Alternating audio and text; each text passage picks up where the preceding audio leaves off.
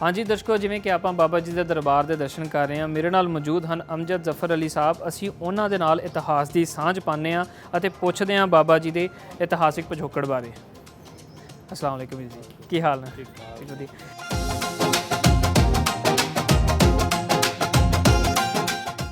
ਅੱਛਾ ਵੀਰ ਜੀ, ਤੁਸੀਂ ਸਭ ਤੋਂ ਪਹਿਲੇ ਸਾਨੂੰ ਸਾਡੇ ਦਰਸ਼ਕਾਂ ਨੂੰ ਦੱਸੋ ਕਿ ਬਾਬਾ ਜੀ ਦਾ ਇਤਿਹਾਸਿਕ ਸਥਾਨ ਦੇ ਬਾਰੇ, ਕਿ ਇੱਥੇ ਕਿਵੇਂ ਹੈ? ਬਾਬਾ ਜੀ ਇੱਥੇ ਪਹਿਲੇ ਤੋਂ ਰਹਿੰਦੇ ਸਨ ਜਾਂ ਬਾਬਾ ਜੀ ਕਿਤੋਂ ਆਏ ਸਨ?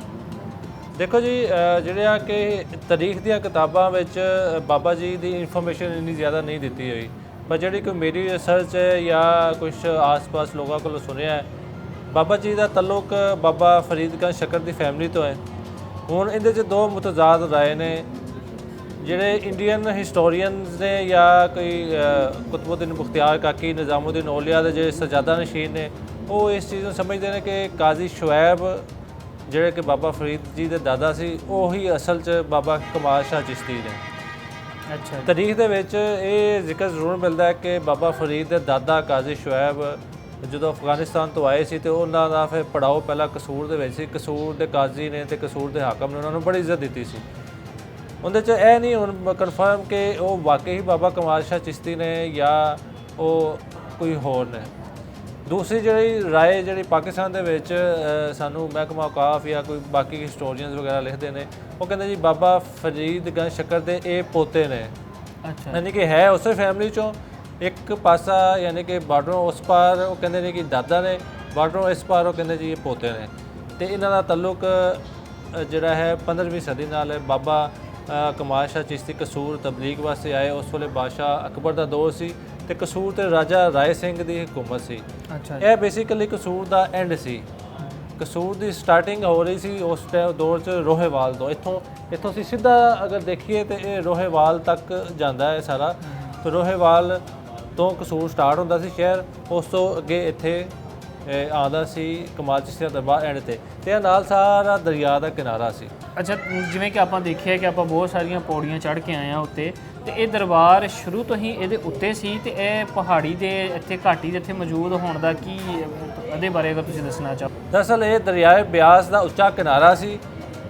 ਦਰਿਆਏ ਬਿਆਸ ਅਕਬਰ ਦੇ ਦੌਰ 'ਚ ਹੀ ਉਹਨੇ ਬਜ਼ੁਰਗਾਂ ਦੀ ਦੁਆ ਨਾਲ, ਕਿਉਂਕਿ ਸੂਰ ਸ਼ਹਿਰ 'ਚ ਬੜੀ ਤਬਾਹੀ ਲੈ ਕੇ ਆਉਂਦਾ ਸੀ, ਤੇ ਇਹ ਉਚਾਈ ਇਹ ਦਰਿਆ ਦਾ ਕਿਨਾਰਾ ਸੀ ਉਚਲਾ, ਜਿਸ ਦੀ ਵਜ੍ਹਾ ਤੋਂ ਬਾਬਾ ਜੀ ਇੱਥੇ ਹੀ ਕਾਇਮ ਹੋਏ। ਇਹ ਕਸੂਰ ਦੀ ਉਚਾਈ ਇਹੋ ਹੀ ਸੀ, ਕਿਉਂਕਿ ਸੈਲਾਬ ਆਉਂਦੇ ਰਹੇ ਬਿਆਸ ਦੇ, ਸਤਲੁਜ ਦੇ, ਤੇ ਕਸੂਰ ਸ਼ਹਿਰ ਉਹ ਮਿੱਟੀ ਸਾਰੀ ਰੋੜ ਕੇ ਲਈ ਜਾਂਦਾ ਗਿਆ। ਇਹ ਬਾਬਾ ਜੀ ਦਾ ਏਰੀਆ ਬਚਿਆ ਹੋਇਆ ਹੈ। ਅੱਛਾ, ਮਤਲਬ ਤੁਹਾਡੇ ਕਹਿਣ ਦਾ ਮਕਸਦ ਜਦੋਂ ਬਾਬਾ ਜੀ ਨੇ ਆ ਕੇ ਇੱਥੇ ਰੁਕੇ ਨੇ, ਇੱਥੇ ਆਪਣਾ ਲੋਕਾਂ ਦੀ ਭਲਾਈ ਵਾਸਤੇ ਕੰਮ ਵੀ ਕੀਤਾ, ਤੇ ਉਹ ਇਸੇ ਸਥਾਨ ਤੇ ਰਹੇ, ਤੇ ਇਸ ਸਥਾਨ ਨੂੰ ਨੁਕਸਾਨ ਨਹੀਂ ਪਹੁੰਚਿਆ, ਉਸ ਤੋਂ ਇਲਾਵਾ ਦੂਜੀਆਂ ਜਗ੍ਹਾ ਨੂੰ ਨੁਕਸਾਨ ਪਹੁੰਚਦਾ ਰਿਹਾ। ਹਾਂਜੀ, ਤੁਹਾਨੂੰ ਇੱਕ ਹੋਰ ਇੰਟਰਸਟਿੰਗ ਗੱਲ ਦੱਸਣਾ। ਰਾਜਾ ਰਾਏ ਸਿੰਘ ਜੋ ਕਿ ਕਸੂਰ ਦਾ ਜਗੀਰਦਾਰ ਸੀ, ਹੁਕਮਰਾਨ ਸੀ, ਉਹਨੇ ਇੱਥੇ ਕਿਲ੍ਹਾ ਬਣਾਉਣ ਦੀ ਕੋਸ਼ਿਸ਼ ਕੀਤੀ ਸੀ।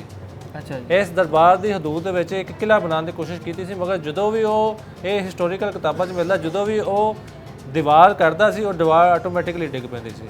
ਅੱਛਾ, ਇਹ ਤਾਰੀਖ ਦੀਆਂ ਪੁਰਾਣੀਆਂ ਕਿਤਾਬਾਂ ਦੇ ਵਿੱਚ ਦਰਜ ਹੈ, ਜਿਹੜੀਆਂ ਕੋਈ ਅੱਜ ਤੋਂ 300 ਸਾਲ ਪਹਿਲੇ ਲਿਖੀਆਂ ਗਈਆਂ, ਕਿ ਉਹ ਇੱਥੇ ਦੀਵਾਰ ਬਣਾਉਣ ਦੀ ਕੋਸ਼ਿਸ਼ ਕੀਤੀ ਉਹਨੇ ਕਈ ਦਫਾ ਕਿਲ੍ਹੇ ਦੀ, ਤੇ ਉਹ ਦੀਵਾਰ ਹੀ ਡਿੱਗ ਪੈਂਦੀ ਸੀ। ਦੂਸਰਾ ਇਹ ਵੀ ਕਿਹਾ ਜਾਂਦਾ ਰਾਜਾ ਰਾਏ ਸਿੰਘ ਦੇ ਬਾਰੇ ਕਿ ਜਿਸ ਖਤੂਨ ਦਾ ਸ਼ਾਦੀ ਹੁੰਦੀ ਸੀ, ਉਹ ਪਹਿਲੀ ਰਾਤ ਤੋਂ ਮਜਬੂਰ ਕਰਦਾ ਸੀ ਕਿ ਇਹ ਮੇਰੇ ਕੋਲ ਆਏਗੀ, ਤੇ ਲੋਕ ਫਿਰ ਫਰਿਆਦ ਲੈ ਕੇ ਬਾਬਾ ਜੀ ਕੋਲ ਆਏ, ਤੇ ਬਾਬਾ ਜੀ ਨੇ ਰਾਜਾ ਰਾਏ ਨੂੰ ਹੁਕਮ ਭੇਜਿਆ ਕਿ ਤੂੰ ਬਾਜ਼ ਆ ਜਾ, ਜ਼ੁਲਮ ਛੱਡ ਦੇ। ਤੇ ਉਹ ਬਾਜ਼ ਨਹੀਂ ਆਇਆ, ਤੇ ਬਾਬਾ ਜੀ ਨੇ ਪਾਣੀ ਦਾ ਪਿਆਲਾ ਸੀ, ਤੇ ਉਹ ਪਾਣੀ ਦੇ ਪਿਆਲੇ ਨੂੰ ਐਂ ਉਲਟਿਆ, ਤੇ ਉਹ ਸ਼ਹਿਰ ਸਾਰਾ ਗਰਕ ਹੋ ਗਿਆ। ਇਹ ਕੋਈ ਕਹਾਵਤਾਂ ਕਹੀਆਂ ਜਾਂਦੀਆਂ ਨੇ, ਜਿਹਦਾ ਕੋਈ ਤਾਰੀਖੀ ਪਹਿਲੂ ਅਗਰ ਮੈਂ ਐਜ਼ ਏ ਹਿਸਟੋਰੀਅਨ ਲੱਭਣ ਦੀ ਕੋਸ਼ਿਸ਼ ਕਰਾਂ ਤੇ ਮੈਨੂੰ ਉਹ ਕੋਈ ਨਹੀਂ ਲੱਭਦਾ, ਪਰ ਇਸ ਚੀਜ਼ ਦਾ ਲੱਭਦਾ ਕਿ ਇੱਥੇ ਉਹਨੇ ਰਾਜਾ ਰਾਏ ਨੇ ਕਿਲ੍ਹਾ ਬਣਾਉਣ ਦੀ ਕੋਸ਼ਿਸ਼ ਕੀਤੀ, ਜਿਹੜਾ ਕਿ ਨਹੀਂ ਬਣ ਸਕਿਆ। ਅੱਛਾ, ਮਤਲਬ ਤੁਹਾਡੇ ਕਹਿਣ ਦਾ ਮਕਸਦ ਕਿ ਜਿਵੇਂ ਕਿ ਆਪਾਂ ਦੇਖਦੇ ਹਾਂ ਕਿ ਅਕਸਰ ਜਦੋਂ ਸੂਫੀ ਸੰਤਾਂ ਦੇ ਨਾਲ ਲੋਕੀ ਬਹੁਤ ਸੀ ਗੱਲਾਂ ਜੋੜ ਦਿੰਦੇ ਨੇ, ਜਿਵੇਂ ਕਿ ਕਰਾਮਾਤ ਸੀਗੀ ਉਹਨਾਂ ਦੇ ਵਿੱਚ, ਤੇ ਤੁਸੀਂ ਕਹਿ ਰਹੇ ਹੋ ਕਿ ਜਿਹੜੀਆਂ ਆਹ ਕਰਾਮਾਤ ਜਿਹੜੀ ਤੁਸੀਂ ਹੁਣ ਦੱਸੀ, ਇਹਦਾ ਕੋਈ ਹਿਸਟਰੀ ਦੇ ਵਿੱਚ ਕੋਈ ਸਾਨੂੰ ਦੇਖਣ ਨੂੰ ਹਿਸਟਰੀ ਦੇ ਵਿੱਚ ਦੇਖੋ ਕੋਈ ਚੀਜ਼ ਮਿਲੀ ਨਹੀਂ। ਮੈਂ ਬਸ ਜਿਹੜੇ ਲੋਕਾਂ ਦੇ ਕਹਿਣ ਦੇ ਮੁਤਾਬਕ ਉਹ ਮੈਂ ਤੁਹਾਨੂੰ ਦੱਸ ਰਿਹਾ। ਤੇ ਬਾਬਾ ਜੀ ਨੇ ਇੱਥੇ ਤਬਲੀਗ ਕੀਤੀ, ਕਿਉਂਕਿ ਇਸ ਦਰਬਾਰ ਦੇ ਅਸੀਂ ਤੁਸੀਂ ਪੈਰਾਲਲ ਇੱਥੋਂ ਦਰਿਆ ਦੇ ਕਿਨਾਰੇ ਕਿਨਾਰੇ ਚੱਲਦੇ ਜਾਓ ਨਾ, ਤੁਹਾਨੂੰ ਅੱਗੇ ਸ਼ੇਖ ਗਗਨ ਪੀਰ ਬੋਲਣਾ ਔਰ ਪੰਜ ਪੀਰ, ਇਹ 4-5 ਦਰਬਾਰ ਬਿਲਕੁਲ ਨਾਲ ਨਾਲ ਮਿਲਣ ਦੇ। ਇਹ ਉਸੇ ਦੌਰ ਤੋਂ ਇੱਕ ਲੜੀ ਆ ਰਹੀ ਬਜ਼ੁਰਗਾਂ ਦੀ। ਅੱਛਾ ਜੀ, ਤੇ ਉਹ ਇੱਥੇ ਆ ਕੇ ਤਬਲੀਗ ਦੇ ਵਿੱਚ ਆਏ। ਇਹ ਦਰਿਆ ਦੇ ਕਿਨਾਰੇ ਦੇ ਉੱਤੇ ਇਬਾਦ ਸੀ। ਅੱਛਾ, ਇੱਕ ਗੱਲ ਵੀਰ ਜੀ ਹੋਰ ਅਸੀਂ ਦੇਖਦੇ ਹਾਂ ਕਿ ਕਸੂਰ ਦੀ ਧਰਤੀ ਤੇ ਬੜੇ ਪੀਰ ਫਕੀਰ ਆਏ। ਹਾਂਜੀ, ਕੋਈ ਖਾਸ ਵਜ੍ਹਾ ਸੀ ਕਿ ਜਿਹੜੇ ਵੀ ਪੀਰ ਫਕੀਰਾਂ ਨੇ ਧਰਤੀ ਇਸ ਨੂੰ ਚੂਜ਼ ਕੀਤਾ? ਦੇਖੋ ਕਸੂਰ ਨੂੰ ਸ਼ੁਰੂ ਸਦੀ ਤੋਂ ਹੀ ਇਲਮ ਦਾ ਗਵਾਰਾ ਮੰਨਿਆ ਜਾਂਦਾ ਹੈ, ਕਿਉਂਕਿ ਇੱਥੇ ਹਿੰਦੂ ਮਜ਼ਹਬ ਦੀ ਬੁਨਿਆਦ ਰੱਖਣ ਵਾਲੇ ਲਵ ਤੇ ਕੁਸ਼, ਉਹਨਾਂ ਦਾ ਵੀ ਕਿਹਾ ਜਾਂਦਾ ਹੈ ਕਿ ਕੁਸ਼ ਦਾ ਜਨਮ ਕਸੂਰ 'ਚ ਹੋਇਆ, ਉਹਨੇ ਕਸੂਰ ਨੂੰ ਆਬਾਦ ਕੀਤਾ, ਉੱਥੋਂ ਅੱਗੇ ਹਿੰਦੂ ਧਰਮ ਜ਼ਿਆਦਾ ਅੱਗੇ ਵਧਿਆ। ਫਿਰ ਗੁਰੂ ਨਾਨਕ ਦੀ ਦਾ ਦੱਸਿਆ ਜਾਏ, ਉਹਨਾਂ ਦੀ ਜਿਹੜੀ ਛੋਟੀ ਭੈਣ ਹੈ ਪਿੰਡ ਚਾਹਲ ਦੇ ਵਿੱਚ ਪੈਦਾ ਹੋਈ। ਗੁਰੂ ਨਾਨਕ ਵੀ ਕਸੂਰ ਆਉਂਦੇ ਜਾਂਦੇ ਰਹੇ। ਗੁਰੂ ਨਾਨਕ ਦਾ ਕਜ਼ਨ ਰਾਮ ਥੰਮਨ ਵੀ ਕਸੂਰ ਦੇ ਵਿੱਚ ਮੌਜੂਦ ਹੈ। ਫਿਰ ਅਗਰ ਤੁਸੀਂ ਗੱਲ ਕਰੋ ਪੀਰ ਬੋਲਣੇ ਦੀ, ਸਭ ਨਾਲੋਂ ਪਹਿਲੇ ਸੂਫੀ ਬਜ਼ੁਰਗ ਜਿਨ੍ਹਾਂ ਦੇ ਦਰਬਾਰ ਤੋਂ ਮੁਖਾਜਾ ਮੋਇਨੁੱਦੀਨ ਚਿਸ਼ਤੀ ਵੀ ਦੁਆ ਮੰਗਦੇ ਹੋਏ ਜਾਂਦੇ ਸੀ। ਦਰਿਆ ਦੇ ਕਿਨਾਰੇ ਦਰਬਾਰ ਆਬਾਦ ਸੀ। ਫਿਰ ਉਸ ਤੋਂ ਬਾਅਦ ਇੱਕ ਲੰਬੀ ਫਹਿਰਿਸਤ ਹੈ ਜਿਹੜੇ ਕਿ ਸੂਫੀਆਤ ਬਜ਼ੁਰਗਾਂ ਦੇ ਜਿਨ੍ਹਾਂ ਕਸੂਰ 'ਚ ਆ ਕੇ ਦੀਨ ਦੀ ਇਬਤਦਾ ਕੀਤੀ ਤੇ ਇਸਲਾਮ ਨੂੰ ਫੈਲਾਇਆ। ਉਹਨਾਂ ਵਿੱਚ ਇਹ ਕਿ ਇੱਕ ਕਿਤਾਬ ਲਿਖੀ ਗਈ ਸੀ ਓਲੀਆਏ ਕਸੂਰ, ਜਿਹਦਾ ਤਰਜਮਾ ਬਾਅਦ 'ਚ ਹੋਇਆ। ਉਹ ਕਿਤਾਬ 1693 ਵਿੱਚ ਕੋਈ ਲਿਖੀ ਗਈ ਸੀ। ਉਹਦੇ ਵਿੱਚ ਸਾਰੇ ਕਸੂਰ ਦੇ ਜਿੰਨੇ ਸੂਫੀਆਏ ਕਰਾਮ ਸੀ ਉਹਨਾਂ ਦਾ ਜ਼ਿਕਰ ਹੈ। ਦੇਖੋ ਕਸੂਰ ਇੱਕ ਇਲਮ ਦਾ ਗਵਾਰਾ ਨਾ ਹੁੰਦਾ। ਇੱਥੇ ਕੁਤਬਖਾਨੇ ਸੀ, ਲਾਇਬ੍ਰੇਰੀਆਂ ਸੀ, ਜਿਹੜਾ ਕਿ ਸਿੱਖ ਅਤੇ ਮੁਸਲਿਮ ਜਿਹੜੀਆਂ ਜੰਗਾਂ ਹੋਈਆਂ ਉਹਦੇ ਵਿੱਚ ਤਬਾਹ ਹੋ ਗਏ। ਅਗਰ ਕਸੂਰ ਇਲਮ ਦਾ ਗਵਾਰਾ ਨਾ ਹੁੰਦਾ, ਨਾ ਇੱਥੇ ਵਾਰਿਸ ਸ਼ਾਹ ਪੜ੍ਹਨ ਆਉਂਦਾ, ਨਾ ਗੁਲਾਮ ਮੁਰਤਜ਼ਾ ਕਸੂਰੀ ਆਉਂਦਾ, ਨਾ ਬੁੱਲੇ ਸ਼ਾਹ ਇੱਥੇ ਪੜ੍ਹਨ ਆਉਂਦਾ। ਤੇ ਇਸੇ ਵਾਸਤੇ ਇੱਥੇ ਬਜ਼ੁਰਗਾਂ ਦੀ ਕਾਫੀ ਜ਼ਿਆਦਾ ਆਉਣ ਜਾਣ ਰਿਹਾ ਹੈ ਉਹਨਾਂ ਦਾ। ਅੱਛਾ ਵੀਰ ਜੀ, ਤੁਹਾਡੇ ਕਹਿਣ ਦਾ ਮਕਸਦ ਹੈ ਕਿ ਇਹ ਜਿਹੜੀ ਜਗ੍ਹਾ, ਇਹ ਧਰਤੀ, ਇਹ ਸੂਫੀਆ ਦੇ ਹਿਸਾਬ ਨਾਲ ਬੜੀ ਇੱਕ ਪਵਿੱਤਰ ਰਹੀ ਹੈ, ਜਿਹਦੇ ਵਿੱਚ ਆ ਕੇ ਉਹਨਾਂ ਨੇ ਬੜਾ ਕੰਮ ਕੀਤਾ ਲੋਕਾਂ ਦੇ ਵਾਸਤੇ ਇੱਥੇ। ਅੱਛਾ, ਇੱਕ ਗੱਲ ਹੋਰ ਮੈਂ ਪੁੱਛਣਾ ਚਾਹਾਂਗਾ ਕਿ ਜਿਵੇਂ ਤੁਸੀਂ ਇੱਕ ਸੂਫੀ ਸੰਤਾਂ ਦੀ ਸਾਰਿਆਂ ਦੀ ਇੱਕ ਲੜੀ ਦੱਸੀ, ਤੇ ਇਹ ਕੀ ਵਾਰੋ ਵਾਰੀ ਆਉਂਦੇ ਸਨ ਕਿ ਇੱਕ ਟਾਈਮ ਦੇ ਵਿੱਚ ਕੋਈ ਦੋ ਸ਼ਖਸੀਅਤ ਵੀ ਹੋਈ ਨੇ? ਨਹੀਂ, ਇਹ ਤਕਰੀਬਨ ਇਰਾ ਇਹਨਾਂ ਦਾ ਡਿਫਰੈਂਟ ਰਿਹਾ। ਕੋਈ ਹੋ ਸਕਦਾ ਹੈ ਕਿ ਕਿਉਂਕਿ ਉਹਦੇ ਤੋਂ ਜ਼ਿਆਦਾ ਕਿਸੇ ਦੀ ਰਿਸਰਚ ਨਹੀਂ ਕੀਤੀ ਗਈ ਕਿ ਉਹ ਇੱਕ ਸਦੀ ਦੇ ਵਿੱਚ ਕੁਝ ਬਜ਼ੁਰਗ ਇਕੱਠੇ ਵੀ ਸਾਥ ਰਹੇ ਹੋਣ। ਜਿਵੇਂ ਕਿ ਬੁੱਲੇ ਸ਼ਾਹ, ਵਾਰਿਸ ਸ਼ਾਹ, ਇਹ ਤਾਂ ਚੀਜ਼ ਹੈ ਕਿ ਉਹ ਦੋਵੇਂ ਇੱਕੋ ਹੀ ਉਸਤਾਦ ਕੋਲ ਪੜ੍ਹਦੇ ਰਹੇ। ਉਸਤਾਦ ਵੀ ਉਹਨਾਂ ਦਾ ਜ਼ਰੀ ਗੱਲ ਹੈ। ਹਾਫਿਜ਼ ਗੁਲਾਮ ਮੁਰਤਜ਼ਾ ਕਸੂਰੀ ਇੱਕ ਮੰਨੇ ਤੁਨੇ ਬਜ਼ੁਰਗ ਸੀ, ਸਾਰੇ ਸਿੱਖ ਉਹਨਾਂ ਨੂੰ ਮੰਨਦੇ ਸੀ। ਉਹਨਾਂ ਨੂੰ ਬਲਕਿ ਅਮਨ ਦਾ ਉਹਨਾਂ ਦੀ ਫੈਮਿਲੀ ਨੇ ਕਸੂਰ 'ਚ ਅਮਨ ਕਾਇਮ ਕਰਨ ਵਾਸਤੇ ਸਿੱਖ ਦੌਰ ਦੇ ਵਿੱਚ ਬੜਾ ਕਿਰਦਾਰ ਅਦਾ ਕੀਤਾ ਸੀ। ਤੇ ਇਹ ਬਜ਼ੁਰਗ ਜਿਹੜਾ ਨਾ ਆਉਂਦੇ ਜਾਂਦੇ ਰਹੇ ਨੇ। ਇਹਦੇ 'ਚ ਕੋਈ ਖਾਸ ਕਹਿ ਲਓ ਕਿ ਇਹ ਕਿਰੇ ਦਾ ਨਹੀਂ ਦੱਸਿਆ ਜਾ ਸਕਦਾ। ਅੱਛਾ ਜੀ। ਤੇ ਵੀਰ ਜੀ, ਜਿਵੇਂ ਕਿ ਤੁਸੀਂ ਦੱਸਦੇ ਹੋ ਕਿ ਇੱਥੇ ਦਰਿਆ ਸੀਗਾ ਨਾ, ਇਹ ਦਰਿਆ ਦਾ ਕਿਨਾਰਾ ਹੈ, ਤੇ ਅਸੀਂ ਜੇਕਰ ਇੱਧਰ ਵੀ ਦੇਖਦੇ ਹਾਂ ਤੇ ਸਾਨੂੰ ਇੱਧਰ ਵੀ ਸ਼ਹਿਰ ਨਜ਼ਰ ਨਹੀਂ ਆਉਂਦਾ, ਮਤਲਬ ਨੀਵਾਂ ਆ। ਸਾਰੇ ਚਾਰ ਚਵੱਖੇ ਦੇਖੀਏ ਤੇ ਜਿਹੜਾ ਉਹ ਦਰਿਆ ਦਾ ਕਿਨਾਰਾ ਤੁਸੀਂ ਦੱਸਦੇ ਹੋ ਕਿ ਇਹ ਸੈਂਟਰ ਦੇ ਵਿੱਚ ਸੀ ਕਿ ਇੱਕ ਸਾਈਡ ਨੂੰ ਲੱਗਦਾ ਸੀ? ਦੇਖੋ ਦਰਿਆ ਜਿਹੜਾ ਨਾ ਇਹ ਇਹਦੇ ਨਾਲ ਬਹਿੰਦਾ ਰਿਹਾ। ਪਹਿਲੇ ਸਾਰਾ ਮੈਂ ਜੋ ਬਚਪਨ ਦੇ ਵਿੱਚ ਦੇਖਿਆ, ਸਾਰੇ ਢਾਏ ਸੀ, ਇਹ ਸਾਰਾ ਉੱਚੀਆਂ ਜਗ੍ਹਾ ਸੀ। ਫਿਰ ਲੋਕ ਜਿਵੇਂ ਜਿਵੇਂ ਖਰੀਦੇ ਗਏ, ਕੋਈ ਚੀਜ਼ਾਂ ਬਣਾਉਂਦੇ ਗਏ। ਇਹ ਵੀ ਦੇਖੋ ਆਪਾਂ ਉਚਾਈ 'ਤੇ ਬੈਠੇ ਹਾਂ। ਇੱਥੇ ਬਾਬਾ ਜੀ ਦੇ ਇਹੋ ਹੀ ਜਿਹੜੀ ਪਹਾੜ ਦੇ ਉੱਤੇ ਬੈਠੇ ਨੇ। ਆਪਾਂ ਥੋੜ੍ਹਾ ਜਿਹਾ ਤੁਹਾਨੂੰ ਮੈਂ ਥੱਲੇ ਲੈ ਕੇ ਜਾਵਾਂ ਤੇ ਤੁਹਾਨੂੰ ਇੱਟਾਂ, ਛੋਟੀਆਂ ਇੱਟਾਂ ਦੇ ਨਿਸ਼ਾਨ ਨਜ਼ਰ ਆਵਣਗੇ। ਤੁਹਾਨੂੰ ਕੋਈ ਬਰਤਨ, ਮਿੱਟੀ ਦੇ ਬਰਤਨ ਮਿਲਣਗੇ, ਜਿਹਨਾਂ ਨੂੰ ਮੈਂ ਚੈੱਕ ਵੀ ਕਰਵਾਇਆ ਸੀ ਤੇ ਕੋਈ 7ਵੀਂ 8ਵੀਂ ਸਦੀ ਦੇ ਉਹ ਬਰਤਨ ਮਿਲੇ ਸੀ। ਆਪਾਂ ਤੁਹਾਨੂੰ ਥੱਲੇ ਵੀ ਲੈ ਕੇ ਜਾਂਦੇ, ਥੋੜ੍ਹਾ ਜਿਹਾ ਘਾਟੀ ਦੇ ਥੱਲੇ ਜਾ ਕੇ, ਤਾਂ ਤੁਹਾਨੂੰ ਦਿਖਾਉਂਦੇ ਕਿ ਕਿਸ ਤਰ੍ਹਾਂ ਉਹ ਮਕਾਨਾਂ ਦੇ ਨੇੜੇ ਤੇ ਨਿਸ਼ਾਨਾਤ ਮੌਜੂਦ ਹੈ। ਤੇ ਸ਼ਹਿਰ ਗਰਕ ਹੋਇਆ ਸੈਲਾਬਾਂ ਦੇ ਵਿੱਚ ਜਾਂ ਕੋਈ ਜ਼ਲਜ਼ਲਿਆਂ ਦੇ ਵਿੱਚ। ਹਾਂਜੀ, ਨਹੀਂ ਅਕਸਰ ਇਹ ਜਿੱਦਾਂ ਤੁਸੀਂ ਇਹ ਗੱਲ ਹੁਣ ਕੀਤੀ ਨਾ ਗਰਕ ਹੋਣ ਦੀ, ਅਕਸਰ ਅਸੀਂ ਹੋਰ ਵੀ ਜਗ੍ਹਾ ਤੇ ਦੇਖਦੇ ਹਾਂ ਕਿ ਜਿੱਥੇ ਦਰਿਆ ਦਾ ਬਹਾਅ ਹੁੰਦਾ ਹੈ, ਅਕਸਰ ਕਰਕੇ ਸ਼ਹਿਰ ਗਰਕ ਹੁੰਦੇ ਤੇ ਇੱਕ ਥਾਂ ਦੇ ਉੱਤੇ ਉਹਨਾਂ ਦਾ ਜੰਮ ਜਾਂਦੇ, ਮਤਲਬ ਇੱਕ ਥਾਂ ਦੇ ਉੱਤੇ ਉਹ ਨਾ ਜਾ ਕੇ ਇਕੱਠਾ ਹੋ ਜਾਂਦਾ ਉਹਨਾਂ ਦਾ ਮਲਬਾ। ਤੇ ਅੱਛਾ ਵੀਰ ਜੀ, ਇੱਕ ਹੋਰ ਗੱਲ ਕਿ ਆਪਾਂ ਦੇਖਦੇ ਹਾਂ ਕਿ ਬਾਬਾ ਜੀ ਨੂੰ ਤਾਂ ਅਸੀਂ ਦੇਖਿਆ, ਫਿਰ ਜਿਹੜੀਆਂ ਉਹਨਾਂ ਦੀਆਂ ਆਉਣ ਵਾਲੀਆਂ ਨਸਲਾਂ ਸੀ ਉਹਨਾਂ ਨੇ ਵੀ ਅੱਗੇ ਇੱਥੇ ਹੀ ਪ੍ਰਵਾਨ ਚੜ੍ਹੀਆਂ ਨੇ ਕਿ ਉਹ ਪਾਕਿਸਤਾਨ ਦੇ ਮੁਖਤਲਿਫ ਸ਼ਹਿਰਾਂ 'ਚ ਫੈਲ ਕੇ। ਜ਼ਿਆਦਾਤਰ ਇਹਨਾਂ ਦਾ ਕਿਉਂਕਿ ਬਾਬਾ ਫਰੀਦਗੰਜ ਸ਼ਕਲ ਫੈਮਿਲੀ ਹੈ ਤੇ ਜ਼ਿਆਦਾਤਰ ਇਹਨਾਂ ਦਾ ਫੋਕਸ ਪਾਕਪਤਨ ਦੇ ਵਿੱਚ ਰਿਹਾ। ਅੱਛਾ, ਮੈਂ ਉਸ ਹਵਾਲੇ ਨਾਲ ਅਗਰ ਦੇਖਿਆ ਜਾਏ ਤੇ ਮੈਂ ਇੱਕ ਮੇਰਾ ਆਪਣੀ ਜਿਹੜਾ ਨਾ ਰਿਸਰਚ ਕਹਿ ਲਓ ਜਾਂ ਆਪਣਾ ਮੇਰਾ ਜੋ ਮੇਰਾ ਦਿਮਾਗ ਕਹਿੰਦਾ ਹੈ ਕਿ ਅਗਰ ਬਾਬਾ ਫਰੀਦ ਦੀ ਪੋਤੇ ਹੁੰਦੇ ਜੇ ਇੱਥੇ ਆ ਕੇ ਬਾਤ ਹੋਏ ਤੇ ਇਹ ਸਿਲਸਿਲਾ ਕਸੂਰ ਤੋਂ ਹੀ ਅੱਗੇ ਜ਼ਿਆਦਾ ਵੱਧਦਾ। ਹੋ ਸਕਦਾ ਕਿ ਬਾਬਾ ਫਰੀਦ ਦੇ ਦਾਦਾ ਹੀ ਹੋਣ ਜਿਹੜੇ ਕਿ ਇੱਥੇ ਹੀ ਹੋਏ ਤੇ ਅੱਗੋਂ ਬਾਬਾ ਫਰੀਦ ਦੇ ਵਾਲਦ ਜਾਂ ਬਾਬਾ ਫਰੀਦ ਖੁਦ ਪਾਕਪਤਨ ਜਾ ਕੇ ਜੀ ਉਹਨਾਂ ਤਬਲੀਗ ਕੀਤੀ, ਉੱਥੇ ਹੀ ਬਾਤ ਹੋ ਗਿਆ। ਉਹਨਾਂ ਦੀ ਫੈਮਿਲੀ ਵੀ ਸਾਰੀ ਉੱਥੇ ਬਾਤ ਹੋ ਗਈ, ਕਿਉਂਕਿ ਅਗਰ ਇਹ ਪੋਤੇ ਹੁੰਦੇ ਤੇ ਉੱਥੋਂ ਆਉਣਾ ਮੁਮਕਿਨ ਨਹੀਂ ਸੀ ਜੀ। ਫਿਰ ਉਹ ਮਤਲਬ ਉੱਥੇ ਹੀ ਆਪਣੀ ਉਸ ਗੱਦੀ ਨੂੰ ਲੈ ਕੇ ਗੱਦੀ ਨੂੰ ਲੈ ਕੇ ਚੱਲਦੇ। ਠੀਕ ਹੈ, ਮਤਲਬ ਇਹ ਕਹਿ ਸਕਦੇ ਹਾਂ ਕਿ ਇੱਥੇ ਇਹਨਾਂ ਦਾ ਦਰਬਾਰ ਤੇ ਅੱਗੇ ਜੇ ਪੋਤੇ ਵਾਲੀ ਗੱਲ ਕਹੀ ਕਿ ਉਹਨਾਂ ਦਾ ਦਰਬਾਰ ਉੱਥੇ ਤੇ ਫਿਰ ਉਹ ਉੱਥੋਂ ਅੱਗੇ ਲੜੀ ਸ਼ੁਰੂ ਹੋਈ। ਹਾਂਜੀ, ਬਹੁਤ ਵਧੀਆ। ਅੱਛਾ ਵੀਰ ਜੀ, ਇੱਥੇ ਜੇ ਬਾਬਾ ਜੀ ਦੇ ਉਰਸ ਦੇ ਬਾਰੇ ਆਪਾਂ ਗੱਲ ਕਰੀਏ ਤੇ ਹਰ ਸਾਲ ਉਰਸ ਮਨਾਇਆ ਜਾਂਦਾ ਹੋਣਾ, ਤੇ ਕਿਹੜੀ ਡੇਟ ਨੂੰ ਮਨਾਇਆ ਜਾਂਦਾ ਔਰ ਕਿੰਨਾ ਕੁ ਇਕੱਠ ਹੋ ਜਾਂਦਾ ਇੱਥੇ ਲੋਕਾਂ ਦਾ?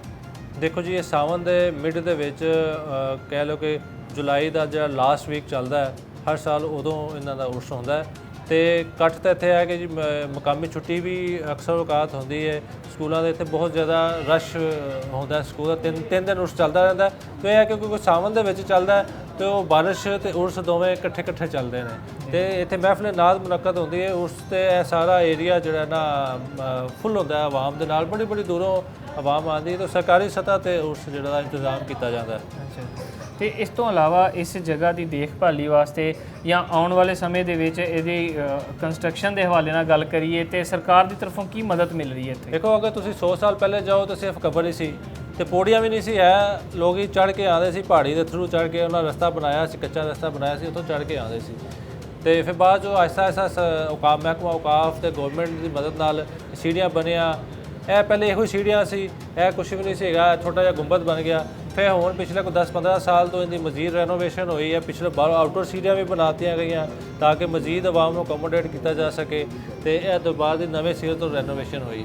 ਅੱਛਾ, ਬਹੁਤ ਵਧੀਆ। ਹਾਂਜੀ, ਦੇਖ ਰਹੇ ਹਾਂ ਇੱਥੇ ਨਾ ਇੱਕ ਮਸਜਿਦ ਵੀ, ਬਹੁਤ ਖੂਬਸੂਰਤ ਮਸਜਿਦ ਵੀ ਨਾਲ ਦੇਖਣ ਨੂੰ ਮਿਲ ਰਹੀ ਹੈ ਦਰਬਾਰ ਦੇ ਨਾਲ। ਉੱਤੇ ਦਰਖਤਾਂ ਦਾ ਵੀ ਇੱਕ ਬਹੁਤ ਸੋਹਣੀ ਤਰਤੀਬ। ਅੱਛਾ, ਇਹ ਜਿਹੜੇ ਦਰਖਤ ਲੱਗੇ ਹੋਏ ਨੇ, ਜਿਹੜਾ ਕਿ ਅਸੀਂ ਪਹਿਲੇ ਵੀ ਦੇਖਿਆ, ਜਿਹਦੇ ਕੋਲ ਨਾ ਦੀਪ ਜਲਾਏ ਹੋਏ ਆ ਲੋਕਾਂ ਨੇ ਕਾਫੀ, ਤੇ ਇਹ ਦਰਖਤ ਪੁਰਾਤਨ ਹੈ ਕਿ ਇਹ ਬਾਅਦ ਦਾ ਹੈ? ਨਹੀਂ, ਇਹ ਕਾਫੀ ਪੁਰਾਣਾ ਦਰਖਤ ਹੈ, ਮੈਂ ਬਚਪਨ ਤੋਂ ਹੀ ਵੇਖਦਾ ਆ ਰਿਹਾ। ਅੱਛਾ, ਇਹ ਕਾਫੀ ਪੁਰਾਣਾ ਦਰਖਤ ਹੈ। ਤੇ ਇਹ ਤੋਂ ਇਲਾਵਾ ਵੀ ਕੋਈ ਹੋਰ ਪੁਰਾਤਨ ਇੱਥੇ ਹੈਗੇ? ਇੱਥੇ ਦਰਅਸਲ ਇੱਕ ਕੂਆ ਵੀ ਹੈਗਾ ਜਿਹਦੇ ਤੇ ਕਿਹਾ ਜਾਂਦਾ ਸੀ ਕਿ ਇਹਦੇ 'ਚ ਖਜ਼ਾਨਾ ਹੈ ਤੇ ਖਜ਼ਾਨੇ ਉੱਤੇ ਸੱਪ ਬੈਠਾ ਹੈ। ਅੱਛਾ, ਹਾਂ, ਉਹ ਕੂਆ ਉਹਨਾਂ ਨਾਲ ਗਵਰਨਮੈਂਟ ਨੇ ਥੋੜਾ ਜਿਹਾ ਉੱਤੇ ਚੁਨਾਈ ਕਰਕੇ ਤੇ ਉਹਨੂੰ ਬੰਦ ਕਰ ਦਿੱਤਾ ਹੈ।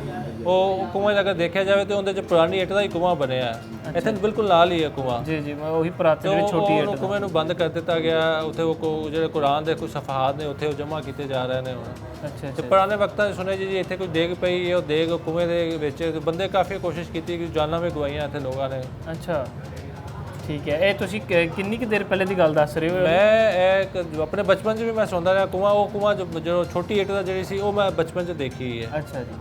ਹੁਣ ਤਾਂ ਉਹਨੂੰ ਵੱਡੀ ਇੱਟ ਲਗਾ ਕੇ ਤੇ ਉਹਨੂੰ ਬੰਦ ਕਰ ਦਿੱਤਾ ਗਿਆ। ਠੀਕ, ਦਰਵਾਜ਼ਾ ਵੀ ਲੱਗਾ, ਬੰਦ ਕਰਤਾ ਗਿਆ।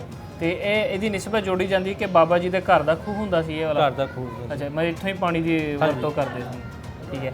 ਤੇ ਇਸ ਤੋਂ ਇਲਾਵਾ ਅਗਰ ਅਸੀਂ ਦੇਖਿਏ ਤੇ ਇਹ ਇੱਕ ਪਹਾੜੀ ਦੇ ਉੱਤੇ ਹੈ ਤੇ ਪਾਣੀ ਦਾ ਸਾਧਨ ਤੇ ਫਿਰ ਇਹਦੇ ਉੱਤੇ ਨਹੀਂ ਹੋ ਸਕਦਾ, ਥੱਲੋਂ ਹੀ ਪਾਣੀ ਲਿਆਉਣਾ ਪੈਂਦਾ ਹੋਣਾ। ਤੇ ਉਹ ਜਿਵੇਂ ਤੁਸੀਂ ਖੂਹ ਕਹਿ ਰਹੇ ਹੋ, ਖੂਹ ਪਹਾੜੀ ਦੇ ਉੱਤੇ ਬਣਿਆ ਕਿ ਥੱਲੇ ਵਾਲੇ ਪਾਸੇ? ਪਹਾੜੀ ਦੇ ਬਿਲਕੁਲ ਕਾਰਨਰ ਦੇ ਉੱਤੇ ਬਣਿਆ ਹੈ। ਅੱਛਾ, ਕਾਰਨਰ ਤੇ ਬਣਿਆ। ਠੀਕ ਹੈ। ਅੱਛਾ, ਇਹ ਜਿਹੜੀ ਪਹਾੜੀ ਇਹਦਾ ਕਿੰਨਾ ਕੁ ਏਰੀਆ ਦੇ ਵਿੱਚ ਹੈ? ਇਹ ਤਾਂ ਜੀ ਬਹੁਤ ਵੱਡੀ ਸੀ ਪਹਾੜੀ, ਹੁਣ ਤਾਂ ਕੱਟ ਕੇ ਇਹ ਛੋਟਾ ਹੋ ਗਿਆ। ਇਹ ਕੋਈ 2-3 ਏਕੜ ਤੇ ਫੈਲਿਆ ਸੀ। ਬਲਕਿ ਤੁਸੀਂ ਇਸ ਸਾਈਡ ਤੇ ਦੇਖੋ, ਉਹ ਦੇਖੋ ਤੁਹਾਨੂੰ ਪਹਾੜੀਆਂ ਨਿਸ਼ਾਨ ਨਜ਼ਰ ਆ ਰਹੇ ਨੇ। ਇਸ ਸਾਈਡ ਤੇ ਦੇਖੋ, ਕਿਉਂਕਿ ਇਹ ਸਾਰਾ ਇੱਕ ਸਿਲਸਿਲਾ ਦੂਰ ਤੱਕ ਚੱਲਦਾ ਸੀ। ਮਤਲਬ ਕਿਤੇ ਕਿਸੇ ਪਾਸੇ ਤੇ ਉੱਚਾ ਸਾਨੂੰ ਨਿਸ਼ਾਨ ਹਜੇ ਵੀ ਨਜ਼ਰ ਆ ਰਿਹਾ ਤੇ ਉਹ ਵੀ ਮਤਲਬ ਇਸੇ ਪਹਾੜੀ ਦਾ ਹਿੱਸਾ ਸੀ। ਅੱਛਾ ਵੀਰ ਜੀ, ਇੱਕ ਹੋਰ ਗੱਲ ਜਿਹੜੀ ਮੇਰੇ ਦਿਮਾਗ 'ਚ ਆ ਰਹੀ ਹੈ, ਜਿਹੜੀ ਮੈਂ ਤੁਹਾਡੇ ਤੋਂ ਪੁੱਛਣਾ ਚਾਹਾਂਗਾ ਕਿ ਇੱਥੇ ਜਿਹੜੇ ਆਲੇ ਦੁਆਲੇ ਸਾਨੂੰ ਚਵੱਖੇ ਆਬਾਦੀ ਦੇਖਣ ਨੂੰ ਮਿਲ ਰਹੀ ਹੈ, ਇਹ ਸ਼ੁਰੂ ਤੋਂ ਇੱਥੋਂ ਦੇ ਰਹਿਣ ਵਾਲੇ ਨੇ ਕਿ ਬਾਅਦ ਦੇ ਵਿੱਚ ਆਬਾਦ ਹੋਏ ਨੇ? ਦੇਖੋ, ਮੇਰੇ ਕੋਲ ਇੱਕ 1970 ਦੀ ਕਸੂਰ ਦੀ ਤਸਵੀਰ ਪਈ ਹੈ ਤੇ ਆਸੋ-ਪਾਸੇ ਅਗਰ ਉਸ ਤਸਵੀਰ 'ਚ ਦੇਖਿਆ ਜਾਏ ਸਾਰਾ ਉਜਾੜ ਹੈ, ਬਿਆਬਾਨ ਹੈ, ਕੋਈ ਮਕਾਨ ਵੀ ਨਜ਼ਰ ਨਹੀਂ ਆ ਰਿਹਾ, ਸਿਰਫ ਸੜਕ ਹੀ ਨਜ਼ਰ ਆ ਰਹੀ ਹੈ, ਹੋਰ ਕੁਝ ਵੀ ਨਹੀਂ ਹੈ। ਤੇ ਇਹ ਵੇਖਦਿਆਂ ਪਿਛਲੇ 10-15 ਸਾਲ ਤੋਂ ਇਹ ਸੁਸਾਇਟੀਆਂ ਬਣਨੀਆਂ ਸ਼ੁਰੂ ਹੋ ਗਈਆਂ ਤੇ ਇਹ ਸਾਰੀ ਡਿਵੈਲਪਮੈਂਟ ਸ਼ੁਰੂ ਹੋ ਗਈ। ਇਹ ਪਿਛਲੇ ਸਨ 2000 ਤੋਂ ਪਿੱਛੇ ਚਲੇ ਜਾਓ, ਤੁਹਾਨੂੰ ਇੱਕਾ ਦੁੱਕਾ ਨਜ਼ਰ ਆਏਗਾ। ਸਨ 1980 ਤੋਂ ਪਿੱਛੇ ਚਲੇ ਜਾਓ, ਇੱਥੇ ਕੁਝ ਵੀ ਨਹੀਂ ਸੀ। ਇਹ ਸਾਰਾ ਸਨ 2000 ਤੋਂ ਬਾਅਦ ਹੀ ਆਬਾਦੀ ਵਧਣੀ ਸ਼ੁਰੂ ਹੋਈ ਹੈ ਤੇ ਇੱਥੇ ਆਬਾਦਕਾਰੀ ਜ਼ਿਆਦਾ ਹੋਈ ਹੈ। ਅੱਛਾ, ਤੇ ਇਹ ਜਿਹੜੀ ਆਬਾਦੀ ਹੈ ਇੱਥੋਂ ਦੇ ਲੋਕਲ ਲੋਕ ਹੀ ਸ਼ਹਿਰ ਤੋਂ ਉੱਠ ਕੇ ਆਏ ਨੇ ਕਿ ਉਹ ਪਿੰਡਾਂ ਥਾਵਾਂ ਤੋਂ ਉੱਠ ਕੇ ਤੇ ਸ਼ਹਿਰ 'ਚ ਜਿੰਨਾ ਆ ਰਿਹਾ ਉਹਨਾਂ ਜ਼ਿਆਦਾ ਗੱਲ ਜਗ੍ਹਾ ਲੱਭਣੀ, ਕੋਈ ਬੈਟਰ ਐਜੂਕੇਸ਼ਨ, ਜਿਵੇਂ ਐਜੂਕੇਸ਼ਨ ਜਾਂ ਫੈਸਿਲਿਟੀਜ਼ ਦੀ ਤਰਫ ਲੋਕ ਰਾਗਬ ਹੋ ਰਹੇ ਨੇ ਤੇ ਸ਼ਹਿਰਾਂ ਦਾ ਰੁਖ ਕਰ ਰਹੇ ਨੇ ਪਿੰਡਾਂ ਨੂੰ ਛੱਡ ਕੇ। ਚਲੋ, ਬਹੁਤ ਵਧੀਆ।